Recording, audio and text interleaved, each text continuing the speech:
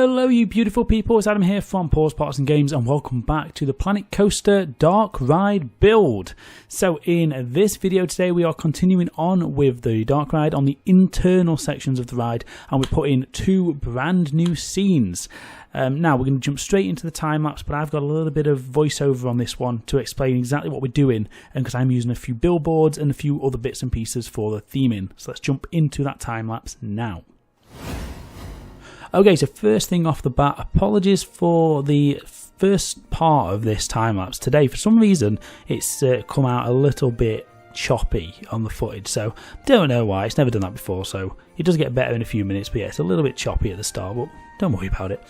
So the reason why I want to do a bit of voiceover on this one is just to explain exactly what I've done here. So the scene itself we've already kind of put in off the footage, but the main bulk of this episode is actually using billboards, because I've downloaded a few royalty-free sort of stock videos that you can find online, just to give the backgrounds of the scenes some movement and to give it a little bit of depth. You'll see we use quite a few different ones in these first few scenes, and a few others I've downloaded to use a bit later on in the ride.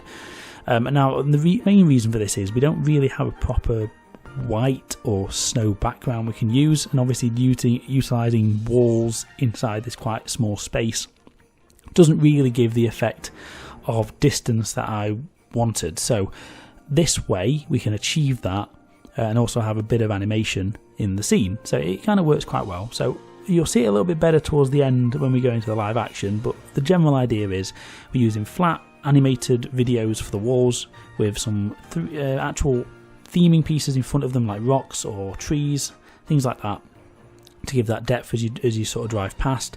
This first scene is being kept very dark. It's only going to be lit up by some very small box lights to give the sort of nighttime feeling as you come into this first scene, and then it gets a little bit lighter into scene 2, which you'll see us start working on in a few minutes, again utilising some more of the billboards. And scene 2 is kind of a transition from night into kind of sunrise. Again, you'll see that coming up soon. In terms of the roofing, I've just gone for the shapes. So the black roof is going to be in the nighttime scene, and the white roof will be throughout the rest of the ride, which will be sort of more of the daytime snow. So hopefully from first glance it will just look like it's the white sky of winter. That's the aim, and that's the idea. Using a lot more of the walls covered in snow, again utilising these little snow tunnels. They're going to go through the different scenes, and just piling loads of snow and effects in there. And we do utilise a few of the snow drifts on the second area, again just to give that a little bit of texture. These are those box lights I was talking about a minute ago, just small little lights on this one, so we're keeping everything sort of pinpoint lit, so we're not floodlighting too much of the scene. And then we go back through in a few minutes, add a few bits of snow on the floor, some boulders, some rocks, and to keep everything hidden, basically, everything hidden in terms of the lighting and stuff into sort of the ride system kind of things. We will add music, speakers, sound effects, that sort of thing as we go through. I haven't added them yet, mainly just done the theming and the lighting. So yeah, that's something we will add down the line. Like we normally come back to these scenes at the end and add all that stuff. As it's not really much you can see on a time-lapse when you're doing audio kind of triggers and things like that. We do have a little bit of trigger work coming up in the next scene. So basically the main background, as you'll see in a few moments, is triggered as the sleighs go around this corner through this rock tunnel. It's timed pretty much, well, you'll see towards the end, it's pretty much timed so the entire scene will play out until the next sleigh comes through. That's the idea. So there's roughly around about a 35-second gap between each sleigh to allow these scenes to play out. And I think we'll play around with that a few more times as we get into the sort of main bulk of the ride in the next episode, which is going to hopefully be Santa's workshop or his house or something like that. The idea I'm having is maybe using videos and billboards behind windows, so you get that effect of Santa maybe waving or walking past through the windows in the house. That's the idea I'm going for, because there isn't a Santa figure in the game, and it's not easy to make one myself. I'm not able to, but I'm going to have a look around on the workshop and see if we can find anything. Since the Toolmaker Theme Maker's Toolkit thing is now part of the game, there might be some really nice Christmas props that we can find for the workshop. So I'll do that off camera between this episode and the next one, so hopefully get some nice Christmassy scenes. So this is that billboard I was talking about at the back of the ride. So basically, as you traverse towards it, there's a tree that comes up and it lights the way, and again, that's the kind of transition from evening into the kind of daylight of the morning. Again, this scene is pretty low lit again. We're using a few spotlights on the billboard at the back, and I am purposely using the non-lit billboards because I do still want this to be quite dark. The lit billboards are very bright, so I don't want it to be too bright. It's the contrast of the scene. It'll blend in better by being able to light it naturally. A few more bits of snow flourishing on the floor, trees, rocks, that sort of stuff, bring it all together. And then there is another side, another sort of snowy tree scene, which kind of almost matches the trees in the game that you'll see we use at the edges, and we'll be using that a lot more throughout the rest of the ride. It's quite a good one to loop along the back of the screens. Again, it's so hard to see exactly what I'm talking about in the time lapse, which is why I thought it was best to do a voiceover on this one. But as we get to the live action portion in a few minutes, you'll be able to see it in all its glory. So for the last, minute or so of this footage, I'll leave you a little bit more of Christmas music, and I'll be back at the end to show you around the ride in real time.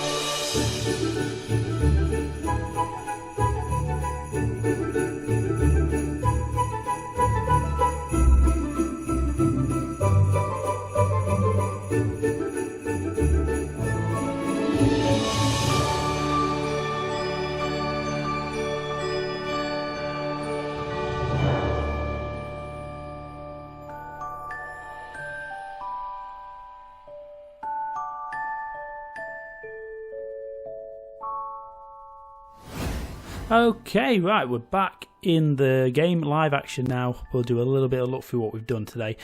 This is the second time I've had to record this.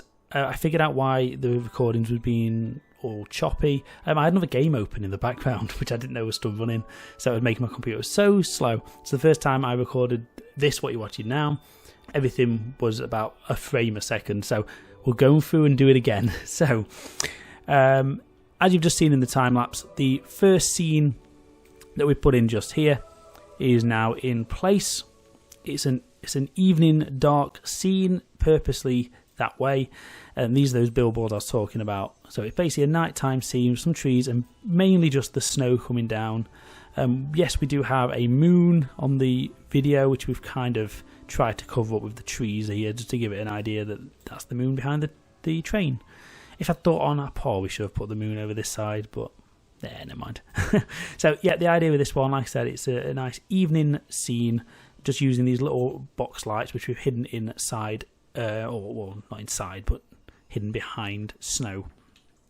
A few, like I said, the big train, a few of the random little festive pieces, and just some snowmen bits from the workshop, just to give this scene a little bit of depth. But I say it's mainly just an introduction.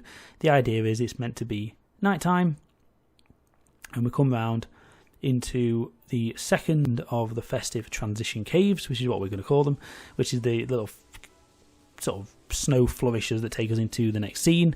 So this is now going to bring us into what is going to basically be sunrise. So as you come around this corner is when the billboard here will trigger. There should be a sleigh coming any second. So the idea is as you come around this bend into shot, you see the sunrise in front of you. So the sleigh comes directly into line with this tree that grows, and then a lovely star is born. And the idea of this scene is going to work as a transition, like I say, into more of a morning, kind of a daytime sort of feel, which is what the next couple of scenes will be. In the background over here, we've got again another animated scene. This one doesn't look as animated, but if you get up close you can see there is a little bit of snowfall there, just coming down past the trees. But the main reason I picked this one is because the trees do look very, very similar to the in-game ones. So by sticking 2 or 3 in front of it, and from the right perspective coming past, it kind of gives you that nice parallax style depth, which is what we're going for just here. So that's why we've got that side, the big billboard at the back, and then a few more of the other trees just here. So, like I said in the voiceover a minute ago, the idea is for the next couple of scenes will be Santa's workshop, which I'm hoping, if we pull out, I'm hoping to put that maybe around this area in this big open space, because if we actually have a good overview, it's a fair chunk of the ride now that we've actually done, and it's all nicely boxed in. So this is always that dark scene, and this is the light scene. The idea for the roofs is going to be white throughout the rest of this build, so that hopefully from the ground level it will seem like a nice, like a snowy sky. So it's generally quite a white winter sky. So that's the idea. That's the plan. So yeah, like I said, some kind of Santa's house, Santa's grotto, Santa's workshop kind of thing. We'll see what we can find in the workshop, and we will put maybe some billboards in to give it a little bit of realism. I'm hoping I can find a video of a Santa waving. That's what I'm hoping for, to stick behind a window. I think it'll look quite nice. But we'll see what happens. We've got a bit of time between, well, I say a bit of time. It's the 18th I'm recording this today. I was hoping to have this done by Christmas. So that's still the plan. Hopefully you should see the final episode on Christmas Day, and then there'll be a POV to follow as soon after as I can do it. I am off work at the moment, so I've not like I haven't got the time to make things. So yeah, that's the plan. Just very quickly from the outside, to disguise the show building, we're basically just going to keep using these walls and these snow drifts to kind of just clump between the bit directly behind the house. We're not putting anything there, you don't need it. The show building itself is high enough to work, and because it comes, if you see from here, it kind of comes in and away from the building. It gives that kind of forced perspective to it, which is the main reason why we did it in this angle. So at least then from this level down here, it looks like the natural sort of mountain behind sort of goes off to one side. That's the plan anyway. I mean, whatever, you guys be the judge. So that's going to do us for this episode. Thank you ever so much for watching. If you enjoyed this, don't forget to give us a like down below. Subscribe to the channel, stay up to date with all the content. Fancy a chat, head over to Twitter and Discord. All the links are down below in the description. Like I said, the next episode will be out in a few more days in the run-up until Christmas. So thank you ever so much, and I'll see you next time. Bye.